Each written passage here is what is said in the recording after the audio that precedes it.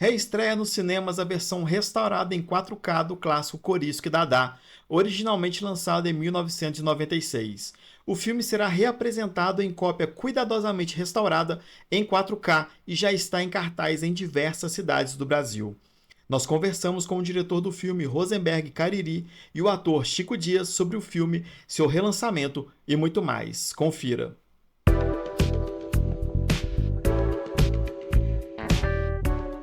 Por que o relançamento veio agora? Tipo, nesse exato momento, assim.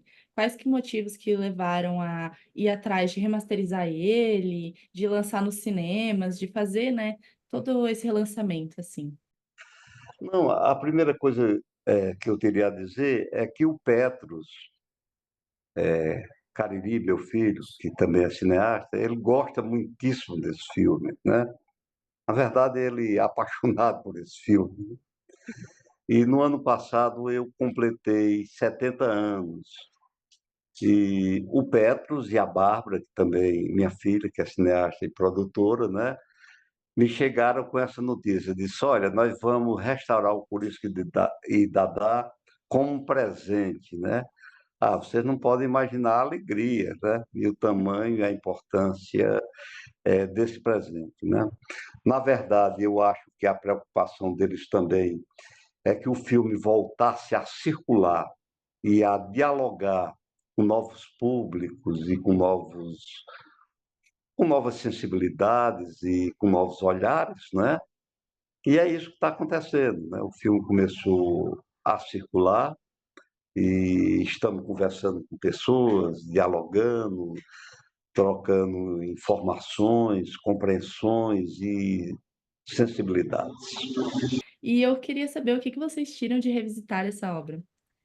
Vocês acreditam que a mudança dos tempos pode refletir em alguma mudança na forma com qual o público consome e interpreta o filme? Se sim, como? Acho que você até já deu um pouco de abertura para isso, né? Esse relançamento, ele trouxe, né, novos públicos para conhecerem a obra. Eu queria saber um pouco da opinião de vocês sobre isso. Eu vejo com muita alegria e celebro esse novo encontro possível de um filme seminal na retomada do cinema brasileiro para essa plateia de hoje em dia que vive de internet, que é uma comunicação superficial e rápida, fragmentada. E nesse filme nós temos uma síntese de história do Brasil.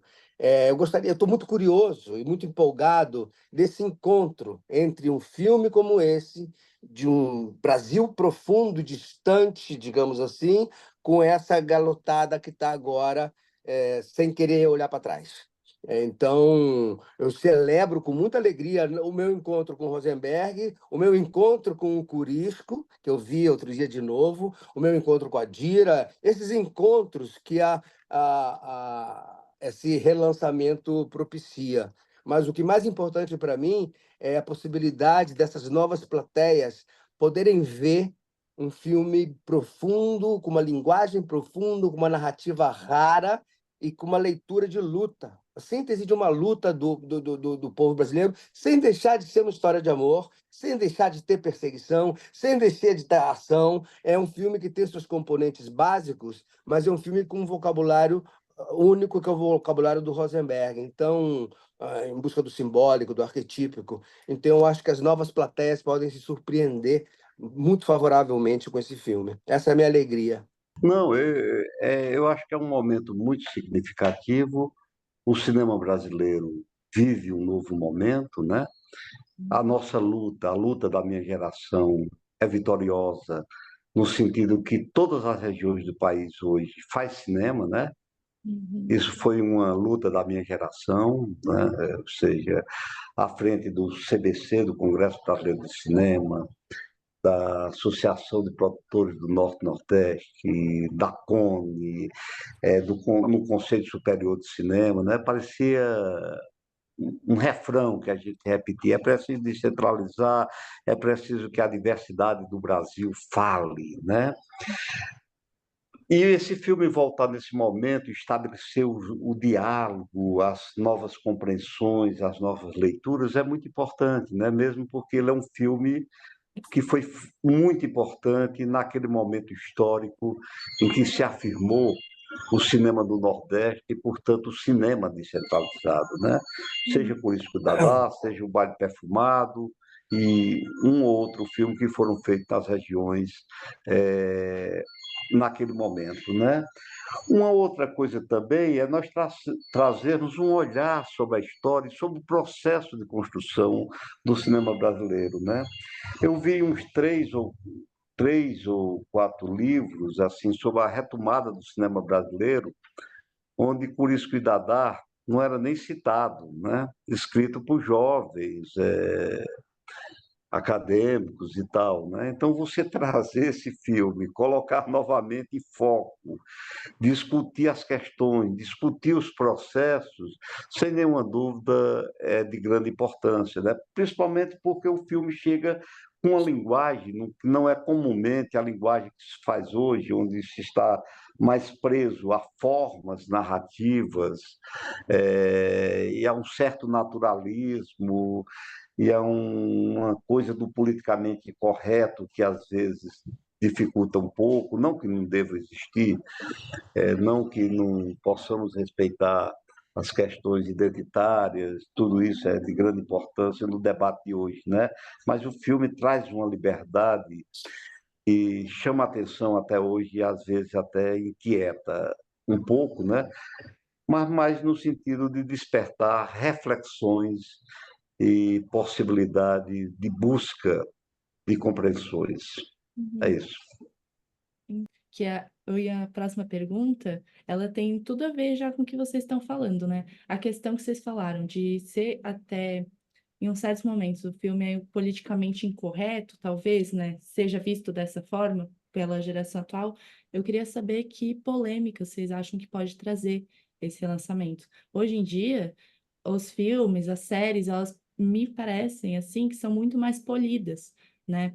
E o filme do Corisco e Dadá é uma coisa mais crua. Ele mostra a violência que tinha na época e, né, que faz parte. E eu queria saber se vocês acham que isso traz alguma polêmica nova com a geração atual, ou algo assim. Você falou que a violência que tinha na época, a violência que tinha na época tem ainda, é a mesma violência. Esse patrulhamento na forma de retratar a violência, que talvez seja mais polida, para usar um termo que você usou. Então, talvez seja importante, talvez sejamos politicamente incorretos, porque o filme feito há 30 anos atrás tem realmente um estupro, tem realmente um feminicídio, tem uma violência desgarrada, mas a violência se mantém. A forma de escondê-la ou de narrá-la é que mudou. Então, também temos essa função de descortinar uma certa hipocrisia nas narrativas de hoje em dia que tem que ser corretamente permitidas. É bom que se discuta isso, é bom provocar. Não estou dizendo que nada seja certo, mas trazer um elemento provocador, desequilibrador do politicamente correto, eu acho interessante. Sim. Eu queria lembrar o seguinte, que a narrativa do estupro, né, foi narrada pela própria Dadá, entende? E durante o filme mesmo, ela fala dessa violência, né? E do ódio que ela tinha por isso, por dessa ferida que não curou nunca, não é? Embora depois eles possam ter um pacto de sobrevivência naquele ambiente tão hostil, né? Não havia como, seria cínico da minha forma, não falar disso, né? E foi mostrada de uma forma delicada, delicada não há forma delicada de se mostrar isso, né? Mas eu tentei mostrar da melhor forma possível, né? Sem